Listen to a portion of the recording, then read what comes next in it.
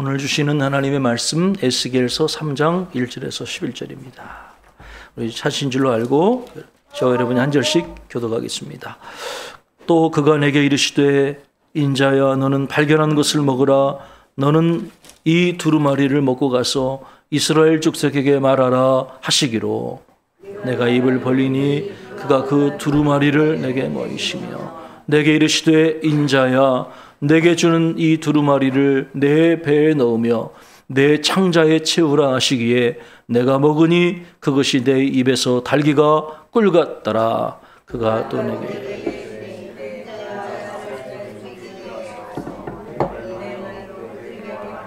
너를 언어가 다르거나 말이 어려운 백성에게 보내는 것이 아니요 이스라엘 족속에게 보내는 것이라. 너를 언어가 다르거나 말이 어려워 내가 그들의 말을 알아듣지 못할 나라들에게 보내는 것이 아니니라. 내가 너를 그들에게 보냈다면 그들은 정녕 내 말을 들었으리라. 그러나 이스라엘 족속은 이마가 굳고 마음이 굳어 내 말을 듣고자 아니하리니 이는 내 말을 듣고자 아니함이니라. 보라 내가 그들의 얼굴을 마주보도록 내 얼굴을 굳게 하였고 그들의 이마를 마주보도록 내 이마를 굳게 하였으되 내 이마를 화석보다 굳은 금강석같이 하였으니 그들이 비록 반역하는 족속이라도 두려워하지 말며 그들의 얼굴을 무서워하지 말라 하시니라. 또 내게 이르시되 인자야 내가 내게 이를 모든 말을 너는 마음으로 받으며 귀로 듣고 같이 읽습니다. 사로잡힌 내 민족으로 가서 그들이 듣든지 아니 듣든지 그들에게 고하여 이르기를 주 여호와의 말씀이 이러하시다 하라. 아멘. 우리는 최근에 에스겔서 말씀을 매일 묵상하고 있습니다. 에스겔서는 유대 민족의 마지막 시기를 배경으로 하고 있습니다. 주전 597년에 바벨론의 느부갓네살 왕이 군대를 이끌고 예루살렘을 공격을 했어요. 느부갓네살 왕은 왕위에 오른 지 석 달밖에 되지 않았던 여호야긴 왕을 포로로 폐위시키고 포로로 끌고 가죠. 그리고 그의 삼촌이었던 시드기야를 유대 민족의 왕으로 세웠습니다. 그래서 바벨론을 섬기도록 그렇게 모든 환경을 이끌었던 것이죠. 이때 여호야긴 왕도 바벨론의 포로로 끌려갔을 뿐만 아니라 유대의 상류층 대부분의 사람들이 바벨론의 포로로 끌려가게 됐습니다. 그 포로로 끌려갔던 상류층 사람들 중에 우리가 잘 아는 대표적인 두 사람이 있는데 하나는 다니엘이고 또 한 명은 오늘 본문에 나오는 에스겔 선지자입니다. 다니엘은 바벨론에 끌려갔지만 그래도 우리가 알다시피 상류층의 교육을 받았어요. 바벨론 상류 계층의 학문을 공부를 하죠. 그리고 대접을 받았습니다. 그래서 훗날 다니엘은 바벨론의 고위직에 오르게 됐고 바벨론이 멸망한 뒤에 일어났던 메데 바사 제국의 고위 관직에 오르기도 했지요. 그게 바로 다니엘입니다. 그러나 반면에 같은 시기에 바벨론에 끌려갔던 에스겔은 많은 고난을 겪어야 했어요. 그는 하나님의 부르심을 그발 강가에서 받고 이후에 유대 백성의 포로민들과 함께 생활하면서 많은 고난을 받아야만 했지요. 평생 고난 가운데 살다가 죽었던 사람이 에스겔입니다. 이 두 사람, 다니엘과 에스겔 두 사람은 비슷한 시기에 포로로 끌려갔지만 어떻게 보면 전혀 다른 환경 속에서 하나님의 사역을 감당했던 그런 사람들이라고 볼 수가 있어요. 그러니까 하나님이 우리를 부르심은 같지만 부르신 환경은 저마다 다를 수 있다고 하는 거예요. 어떤 사람은 좀 나은 환경에서 하나님의 사역을 감당할 수 있고 어떤 사람은 에스겔처럼 아주 고난의 현장, 일생 고난을 겪다가 또 생을 마감하는 그러한 삶을 살 수도 있는 것이죠. 에스겔은 포로가 된 지 5년째였던 주전 593년에 예언자로 부름을 받습니다. 이때는 이제 남유대가 멸망하기 몇 년 전 상황이었지요.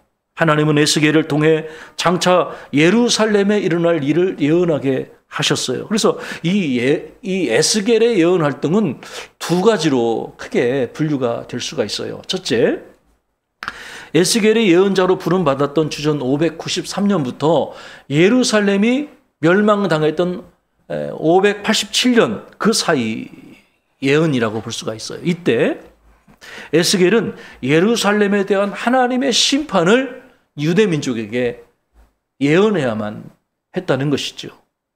당시 유대인들은 하나님께서 우리를 지켜주시기 때문에, 또 예루살렘의 성전이 아직 세워져 있기 때문에 우리 민족은 멸망을 당할 일이 없다, 하나님이 지켜주신다는 그런 어떤 자기 확신을 가지고 살고 있었던 거죠. 그러나 에스겔은 그들의 희망은 잘못된 것이고 하나님께서 그들의 죄를 반드시 심판하실 거라고 그들에게 예언을 했다고 하는 것이죠. 그러니까 여러분, 같은 민족에게, 유대 민족에게 하나님의 심판을 예언한다는 것이 에스겔에게는 상당히 부담스러운 일이고, 그 예언 때문에 에스겔은 실제로 많은 고난을 겪어야만 했다고 하는 거예요. 자, 두 번째 시기로 나뉘는데, 그 두 번째 시기는 뭐냐면 주전 587년에 예루살렘이 바벨론에서 완전히 멸망을 당합니다. 예루살렘 성전도 무너져요. 도시가 황폐화됩니다. 많은 사람들이 포로로 끌려가요. 그래서 유대 민족은 크게 낙심할 수밖에 없는 상황이었죠. 그때 에스겔은 하나님으로부터 유대인들을 향한 희망과 회복의 메시지를 받아서 선포했다고 하는 거예요. 할렐루야. 예. 특별히 우리가 에스겔서의 가장 의미 있는 장으로 우리가 여겨지는 37장에 보면 하나님께서 골짜기에 죽어 널브러져 있던 마른 뼈들을 다시 소생시키시고, 그 마른 뼈들 위에 성령을 보내주심으로 그들이 강한 하나님의 군사가 되는 환상을 보여주셨어요. 이 마른 뼈의 환상, 마른 뼈가 하나님의 군대가 되는 이런 그 환상은 장차 하나님께서 유대 민족을 회복하셔서 하나님의 백성들을 강한 군사로 사용하실 거라고 하는 예언적인 메시지가 포함되어 있었던 것이죠. 오늘날 이런 그 에스겔의 메시지는 우리에게 시사하는 바가 크다고 생각합니다. 에스겔 선지자가 만났던 하나님은 어떤 하나님이셨냐면 자유로우신 하나님이었어요. 자유로우신 하나님. 하나님은 인간의 연약함과 이기심에 철저히 순응하시는, 매여 계신 하나님이 아니라고 하는 거예요. 하나님은요, 저와 여러분의 생각과 바람대로 역사하시는 분이 아니라는 거예요. 하나님은 자유로우셔요. 그래서 그 자유로우신 하나님은 인간의 죄를 폭로하시고 심판하신 후에야 비로소 회복하시는 하나님이라는 것을 우리는 기억해야 합니다. 우리는 에스겔 선지자를 통해 선포되고 있는 하나님의 음성에 귀를 기울여야 한다는 것이죠. 내가 듣고 싶은 말씀을 듣고자 하거나 치유와 회복과 용서의 말씀에만 귀를 기울이려는 우리의 어떤 본능적인 마음들을 내려놔야 한다는 거예요. 여러분, 진정한 회복은 철저한 자기 반성과 회개를 통과해야만 이루어지는 줄로 믿습니다. 하나님은 우리를 결코 버리지 않으시지요. 그래서 하나님의 징계마저도 또 다른 하나님의 사랑의 방식이라는 것을 우리는 이해할 필요가 있는 것이죠. 자, 오늘 저와 여러분이 함께 읽은 본문에는 에스겔의 소명이 기록된 장면입니다. 에스겔서 2장과 3장에 보면 하나님께서 에스겔을 불러서 에스겔에게 말씀을 예언하는 소명을 주시는 장면이 소개되어 있죠. 하나님은 에스겔을 부르십니다. 그리고 에스겔을 부르셔서 자기 동포 유대 민족에게 하나님의 말씀을 대언하라고 말씀하셨어요. 그런데 눈에 띄는 장면이, 단어들이 등장해요. 2장 1절에 보면 그가 내게 이르시되 인자야 내 발로 일어서라 내가 내게 말하리라. 인자라고 하나님이 에스겔을 부르셔요. 또 3장 1절에 보면 또 그간에게 이르시되 인자야 너는 발견한 것을 먹어라. 하나님은 2장 1절과 3장 1절에서 에스겔을 가리킬 때 인자라고 부르셨어요. 인자. 여러분, 인자라는 표현이 어떤 표현일까요? 영어로는 son of man, 사람의 아들, 그런 뜻을 가지고 있어요. 인자라는 뜻이 뭐죠? 한계가 있고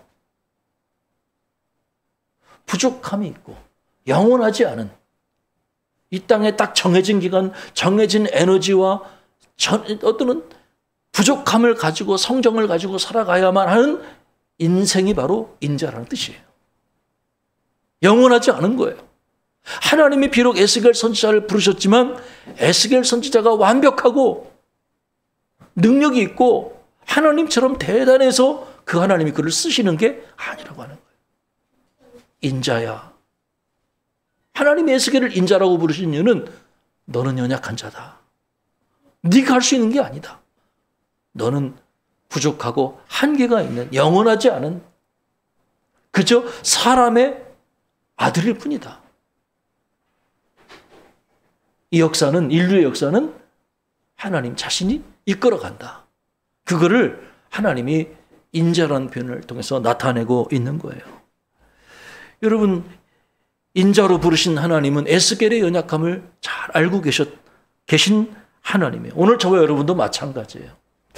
우리가 하나님의 부르심을 받아서 이렇게 하나님을 섬기는 직분을 받고 교회에서 봉사하고 있습니다만은 우리 모두는 다 인자예요. 사람의 아들, 연약함과 한계를 가지고 있는 연약한 자일 뿐이에요. 우리는 하나님 앞에서 덧없이 사라져버릴 연약한 존재임을 기억해야 하는 것이죠. 그에 비해 우리에게 말씀하시는 하나님은 어떤 분이십니까? 영원하신 분이에요. 에스겔에게 말씀하신 하나님은 연약한 인간의 연약함을 누구보다 긍휼히 여기시고 그리고 위대하시고 아주 영원하신 하나님이신 거죠. 그래서 이제 에스겔에게 주신 말씀은 에스겔이 말이 아니라 하나님이 주신 말씀인 거예요. 에스겔의 사역은 연약한 에스겔의 사역이 아니라 그를 강하게 붙들어 주시는 하나님의 사역인 거예요. 연약한 우리를 붙들어 사용하시는 분은 위대하고 강하신 여호와 하나님이신 줄로 믿습니다. 에스겔을 부르신 하나님은 에스겔 선지자 앞에 한 두루마리를 펼쳐 두셨죠. 그 두루마리 안에는 애가와 애곡과 재앙의 말이 아주 빼곡히 기록된 그런 두루마리였습니다. 이는 앞으로 유대인들을 향한 하나님의 재앙의 메시지라고 볼 수가 있는 것이지요.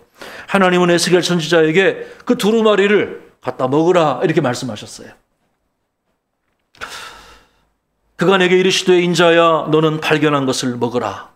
너는 이 두루마리를 먹고 가서 이스라엘 족속에게 말하라 하시기로. 에스겔 선지자가 입을 벌렸습니다. 그러자 하나님은 그 두루마리를 에스겔 선지자 입에다가 쏙 넣어주셨어요. 인자야 내가 내게 주는 이 두루마리를 내 배에 넣으며 내 창자에 넣으라 말씀하신 거죠. 자, 에스겔이 두루마리를 먹자 그것이 그의 입에서 꿀처럼 달게 되었다고 그래요. 왜 하나님은 에스겔에게 하나님의 말씀이 기록된 두루마리를 먹으라고 명령하셨을까요? 여러분, 악한 시대에 하나님의 말씀을 받은 선지자는 항상 외로워요. 악한 시대의 예언자는 결코 환영받지 못합니다.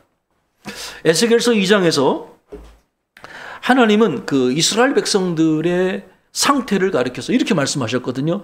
패역한 백성이요 나를 배반하는 자다.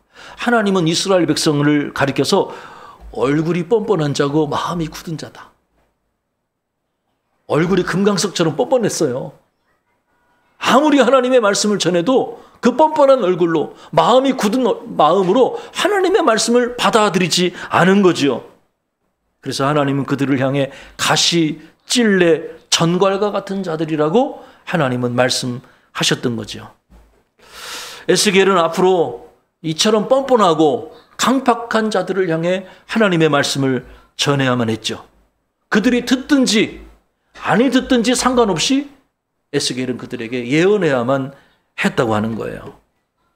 여러분, 이 일은 결코 쉬운 일이 아니었습니다. 예언자가 하나님의 말씀을 전하는 일은 그렇게 괴로움이었죠. 자, 기쁨은 과연 어디서 옵니까? 예언자에게 있어서 기쁨의 근원은 어디에서 나옵니까? 오직 하나님의 말씀이 우리에게 기쁨을 가져다 줍니다. 하나님의 말씀은 기쁨의 근원이 되지요. 저와 여러분이 먹고 누려야 할 복의 근원이 주의 말씀입니다.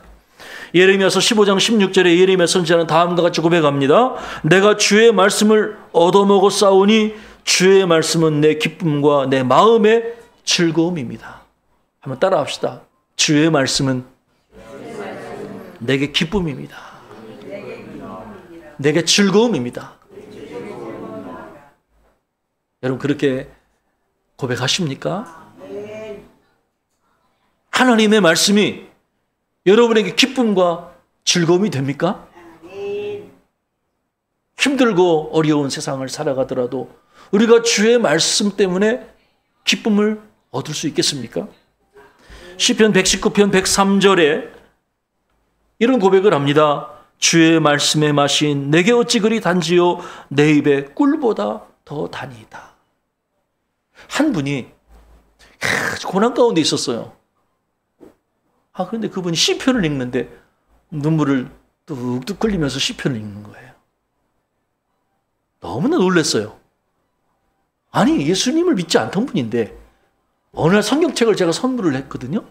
그랬더니 그분이 그 성경책, 제가 선물한 성경책을 다 읽지 못하고 시편을 읽으면서 눈물을 툭툭 흘리면서 시편을 읽는 거예요.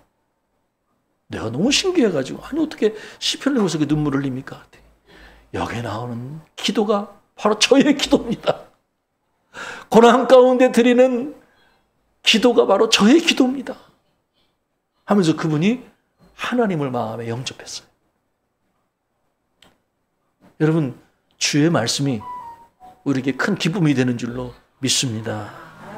하나님의 말씀을 전하는 자는 먼저 하나님의 말씀이 주는 기쁨과 즐거움을 경험해야만 하는 거예요. 내가 먼저 하나님의 말씀의 기쁨을 경험하지 못하면 내가 그 말씀을 누구에게 증언할 수가 없는 것이지요. 요한계시록에 나오는 사도 요한이 하나님의 명령을 받고 여기 에스겔 선지자처럼 두루마리를 먹어요. 그러자 그것이 배에서는 쓰나 입에서는 달더라 이렇게 경험했거든요. 그러니까 하나님의 말씀은요, 실천하기는 어려워요.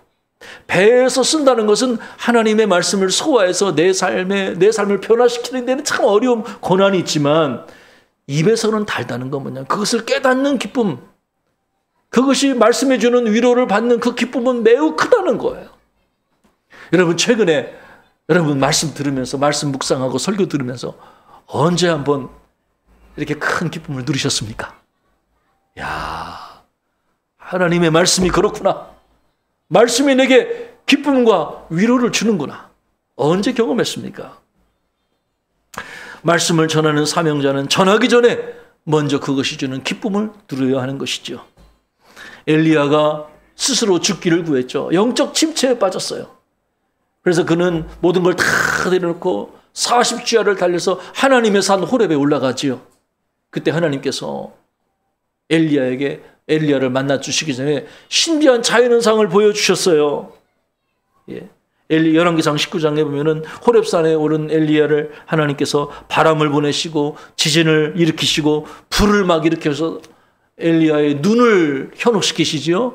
성경에 보면요, 하나님은 지진 가운데 계시지 않았고, 하나님은 바람 가운데 계시지 않았고, 하나님은 불 가운데 계시지 않았어요.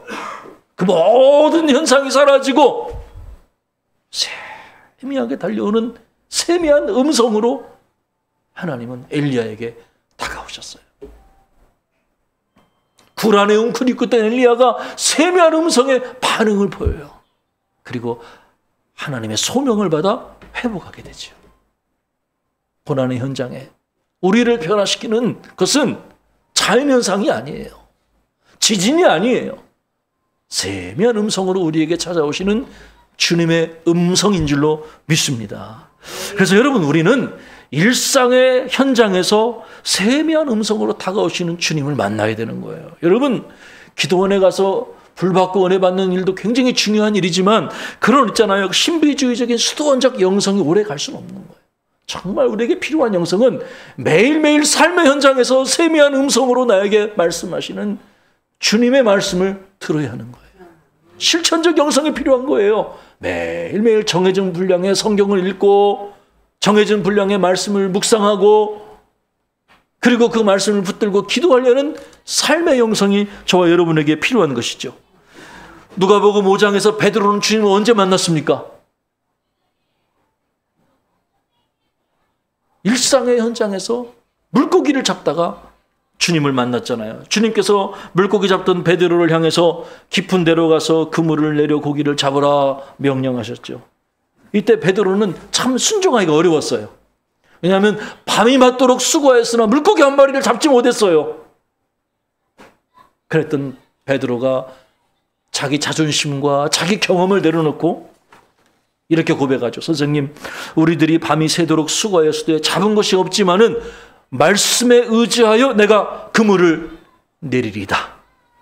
말씀에 의지하여 내가 그물을 내리리이다. 순종하자 그물이 찢어질 만큼 많은 물고기가 잡히게 된 거예요. 그러자 주님이 그런 베드로에게 축복의 말씀을 주죠. 이제 후로는 내가 사람을 취하리라.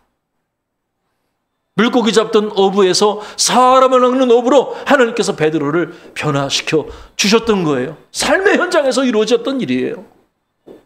하나님은 오늘도 우리 삶의 현장에 찾아오셔서 우리에게 말씀해 주세요. 깊은 데로 가서 그물을 던져라 라고 하나님 우리에게 말씀하실 때 우리는 그 말씀에 순종하기가 쉽지 않은 거죠. 내 경험, 내 자존심, 내 생각, 그리고 못 들은 척하죠. 분명히 말씀하셨는데 못 들은 척하고 외면하죠. 그래서는 우리 삶에 변화가 일어날 수가 없는 거죠. 주님이 말씀하실 때 우리는 온전히 순종해야만 하는 것이에요. 그때 기적이 일어나고 그때 변화가 일어나는 거예요. 물고기를 많이 그물이 찢어질 만큼 잡은 것이 기적이 아니라 그가 주님의 새로운 사명을 받아서 새로운 가치관으로 살아가는 것이 그 변화가 진정한 기적이라고 볼 수가 있는 것이죠. 오늘 보면 11절에 하나님은 에스겔에게 너는 사로잡힌 내 민족에게로 가서 그들이 듣든지 아니 듣든지 그들에게 고하여 이르기를 주 여호와의 말씀이 이러하시다 하라. 이렇게 전하라는 사명을 받게 되지요. 듣든지 아니 듣든지 여러분 우리가 하나님의 말씀을 전해야만 하는 것입니다. 사도 바울 선생께서 우리를 향해 다음과 같이 권면하지요. 너는 말씀을 전파하라. 때를 얻든지 못 얻든지 항상 힘쓰라. 여러분 기회가 주어졌을 때 말씀을 전파하시길 주의 이름으로 축복합니다. 하나님이 언제 우리에게 사람을 붙여주실지 우리는 아무도 알 수 없으나 우리가 기회가 주어졌거든 담대하게 말씀을 전파하시길 바랍니다. 말씀을 전파하는 일을 주저하지 마세요. 용감하게 전하세요. 왜? 우리는 어차피 사람의 아들들이에요. 우리가 할 수 있는 게 아니에요. 우리를 부르신 분이 하시는 거예요. 말씀을 먹는다는 것은 육신의 귀로만 말씀을 듣는다는 것이 아니라 이 말씀이 나의 깊은 내면, 뱃속과 창자에까지 이르른다는 걸 의미해요. 여러분 음식물이 내 식도를 통과해서 내 위와 내 창자까지 내려간다는 것은 어떤 의미죠? 완전히 소화가 돼서 이제 음식물이 이 영양분이 내 에너지가 되고 내 삶에 힘이 되어준다는 의미가 되는 거잖아. 그것처럼 우리가 하나님의 말씀을 먹는다는 것은 귀만 이렇게 키우는, 귀만 크게 하는 그런 말씀이 아니라 내 식도와 내 위와 내 내장에까지 다 들어가서 이 말씀이 내 삶의 에너지가 되고 힘이 되는다는 그런 의미예요. 말씀을 완전히 소화한다는 의미예요. 할렐루야. 그때 그 말씀이 내게 능력이 되는 거예요. 머리만 키우는 그런 말씀이 되어서는 아니 되는 거예요. 하늘을 나는 새는요, 9일간 음식을 먹지 않아도 살 수 있대요. 사람은 며칠이요? 13일 음식을 먹지 않아도 살 수 있대요. 또 개는요, 20일 동안 음식을 먹지 않아도 견딜 수 있대요. 그러면 거북이는요? 놀랍게도 거북이는 500일 동안 음식을 먹지 않아도 버틴다고 그래요. 500일. 먹지 않고 살 수 있는 게 거북이가 500일이래요. 그런데 여러분, 이렇게 장기간 동안 영적인 양식을 먹지 않아도 우리 크리스찬이 살 수 있다면 그런 신자를 가리켜서 저는 거북이 신자라고 말할 수 있을 것 같아요. 하나님의 말씀을 먹지 않고도 500일을 견딘다. 그 거북이 신자 아니에요? 그럼 정상입니까? 아마 그 신자의 영혼은 아주 말라 비틀어져서 빼빼 말라 비틀어서 조금만 만져도 부스럭하고 부러질지도 몰라요. 뼈가. 영적인 근육이 다 와해가 됐을 거예요. 쉽게 넘어지죠. 조그마한 말 하나에도 쉽게 하나님을 부인하고 세상으로 떠날 수밖에 없는 거죠. 왜? 그 안에 영적인 양식이 없기 때문이죠. 사랑하는 여러분, 혹시 우리가 거북이 크리스찬은 아닌지 한번 우리 자신들 한번 잘 돌아보십시다. 하나님 말씀을 깨닫지 못하고 막지 못하고 500일을 견디는 건 너무나 여러분 무모한 일이에요. 하나님 말씀을 먹는 일도 중요하지만 그에 못지않게 또 중요한 것은 말씀대로 살아내는 일도 중요합니다. 에스겔서 4장에 보면은 하나님께서 에스겔에게 이런 말씀하셨어요. 에스겔아, 너는 왼쪽으로 390일 동안 누워 있어라. 또 오른쪽으로 40일 동안 누워서 자라. 여러분, 잘 때 왼쪽으로만 390일 누워 자면 여기 팔이 얼마나 아프겠어요. 그죠? 근데 하나님은요, 더군다나 그런 에스겔이 밤에 자다가 움직이지 못하도록 동아줄로 꽁꽁 묶어 놓으시겠다고 말씀하셨어요. 얼마나 깝깝해요. 자는 것도 잠들어 못 자. 잠도 왼쪽으로 동아줄에 묶여서 왼쪽으로 390일을 자야 되니 팔이 얼마나 저리겠어요. 그리고 끝나자마자 오른쪽으로 40일 동안 누워 자는 거예요. 그게 왜 이렇게 하시냐? 북왕국 이스라엘의 죄악을 390일, 남유다의 죄악을 40일로 하나님이 그렇게 보셔서 에스겔에게 그거를 드러내기 위해서 하나님이 상징 행동을 보여주신 거예요. 에스겔서에는 이런 행동 언어들이 많거든요. 그러니까 왼쪽으로 390일은 이스라엘의 죄고 오른쪽으로 40일은 남유다의 죄인 거예요. 여러분, 말씀을 실천하려는 사람은 이렇게 무언가에 매여 있는 거예요. 말씀에 매여 살아야 되는 거예요. 하나님의 뜻에 꽁꽁 묶여 살아야 되는 거예요. 잠도 내 맘대로 못 자고 말도 내 맘대로 할 수 없게 된 것이지요. 이것이 나를 부자유롭게 하고 심지어 우리가 말씀을 전하다가 남들에게 욕을 얻어먹기도 하는 거지요. 그러나 우리가 기억해야 될 것은 꼭 그런 것만 있는 건 아니에요. 하나님 말씀을 전하는 자에게 하나님이 축복도 약속이 되어 있다는 거죠. 8절과 9절에 보면은 하나님은 말씀의 사람을 강하게 세워준다는 것을 알 수 있죠. 자, 우리 8절, 9절 한번 찾아서 같이 한번 읽어보십시다. 시작. 보라, 내가 그들의 얼굴을 마주보도록 내 얼굴을 굳게 하였고 그들의 이마를 마주보도록 내 이마를 굳게 하였을 때 내 이마를 화석보다 굳은 금강석같이 하였으니 그들이 비록 반역하는 족속이라도 두려워하지 말며 그들의 얼굴을 무서워하지 말라 하시니라. 아멘. 하나님은요, 말씀의 사람 에스겔의 얼굴과 이마를 마치 금강석처럼 굳게 강하게 변화시켜 주셨다고 하는 거예요. 말씀을 지닌 사람을 강하게 붙들어 주셔서 힘있게 말씀을 전하게 하셨다는 거죠. 그들을 결코 두려워하지 말고 무서워하지 말라. 하나님이 에스겔에게 말씀해 주셨다는 거예요. 사랑하는 여러분, 하나님의 말씀을 품은 자는 하나님이 강하게 인도해 주십니다. 그 말씀 때문에 고난을 이겨낼 수 있도록 붙들어 주시고, 그 말씀을 인대로 지키다가 아름다운 하나님이 행하시는 놀라운 기적을 간증하는 주인공이 되게 하시는 줄로 믿습니다. 여러분, 말씀 따라 살면 후회함이 없는 인생이 되는 거예요. 말씀대로 순종하면 하나님이 우리에게 복을 주시는 거예요. 물질의 복도 주시고 건강의 복도 주셔요. 그래서 말씀을 붙들고 나가는 자가 승리하기에 우리가 이제는 말씀을 먹고 실천하는 말씀의 사람이 되어야 한다는 거지요. 우리가 어떻게 말씀의 사람이 될 수 있습니까? 숟가락과 포크가 필요한 게 아니에요. 오히려 성경과 펜과 공책을 꺼내셔야 돼요.